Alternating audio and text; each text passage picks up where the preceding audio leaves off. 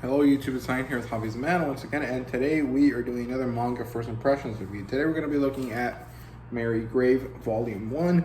This is the first in a 5-volume series. This is written by Hidenori Yamaji, and it's published by Panini Manga Mexico, so this is not available in English currently, and I very much doubt it will. It's already been out for 2 years.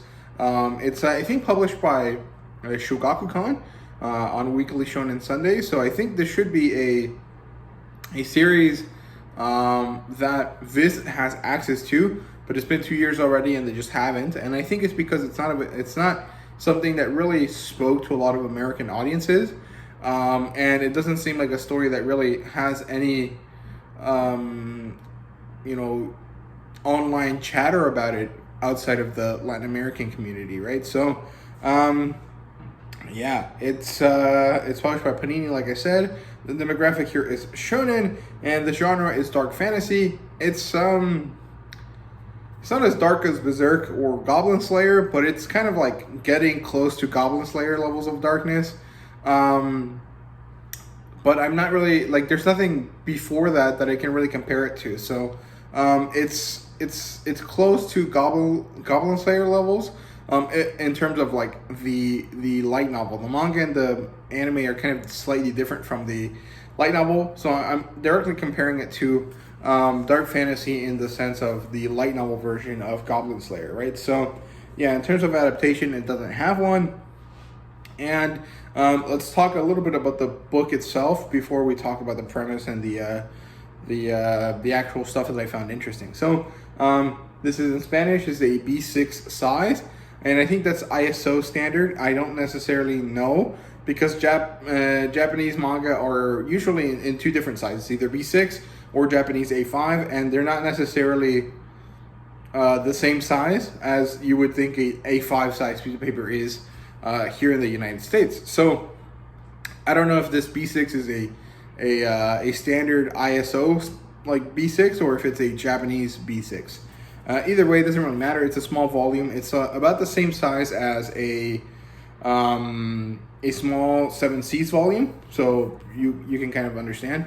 And because it's a Mexican volume, it has a dust jacket. It's brown, as you guys can see right there. Great cover image, great image on the back here, and it has a nice little synopsis. And it doesn't really have anything about the author in the flaps inside, but it has this cool image that I quite like a lot. It's a kind of like a dragon, I think, and it's repeated on all 5 of the books.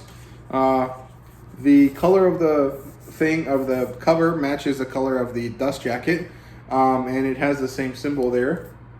And each volume is different. So book 2 is green, book 3 is blue, book 5 is kind of a reddish brown, slightly different from this, and book 5 is a gray tone. So there you go. And this also has a bookmark.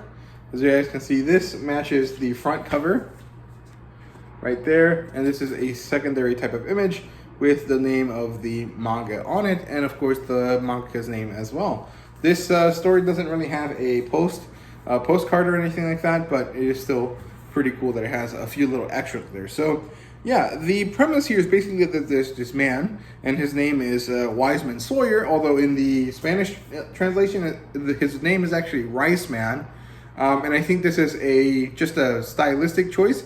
There's some sounds in Japanese that can be translated in a few different ways, and usually it's like R and L or R and W are the ones that are kind of difficult to pick, but I think the Wise Man version is better than Rise Man. I think Wise Man kind of makes a little bit more sense into the kind of character that he's supposed to be. So it doesn't really matter, but I think it's an interesting kind of thing to notice there.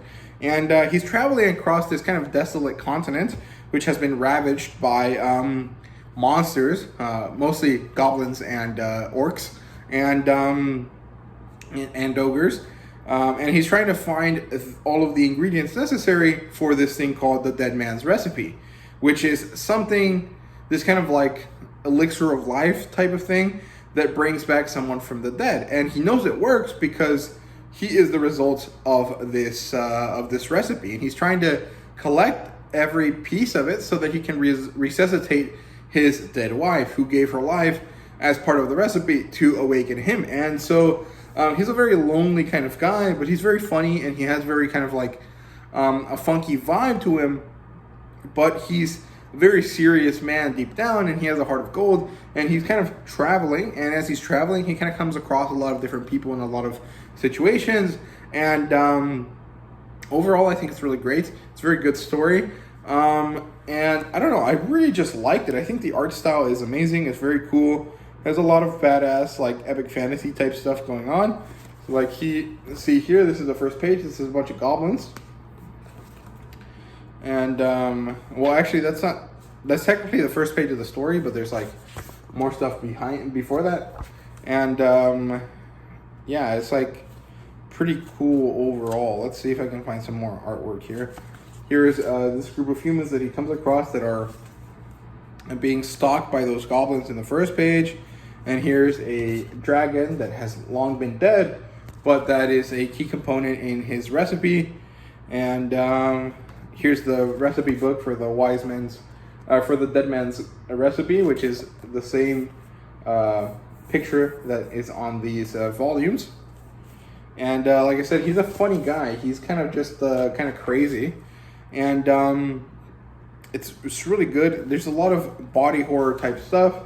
There's a lot of cool epic fantasy type of stuff that's going to be very familiar to people that read a lot of isekai, because it's very like epic fantasy pastiche. It's not necessarily proper epic fantasy. There's, it's not a prophesized prince on a quest to save the world from anything like that. It's just set in a world that is very heavily inspired by epic fantasy.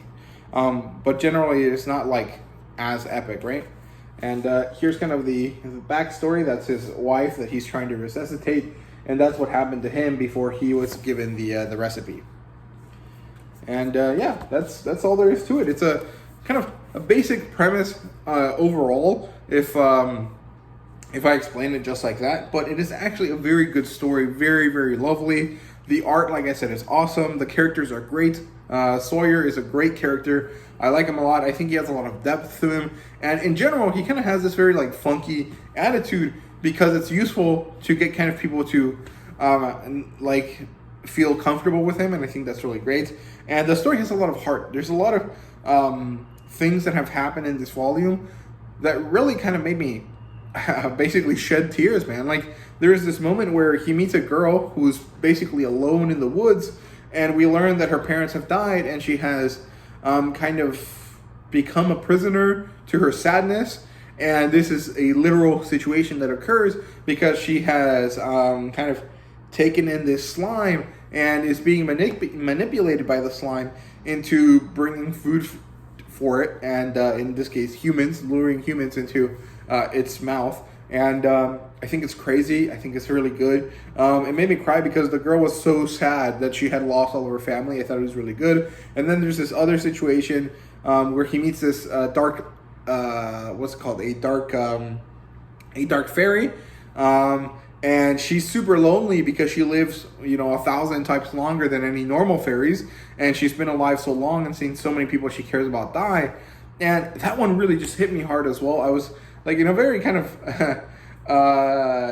like emotional state yesterday when I was reading it, I guess, because it was just like hitting left and right. I was like, okay, this is sad, I'm gonna cry. This is sad, I'm gonna cry.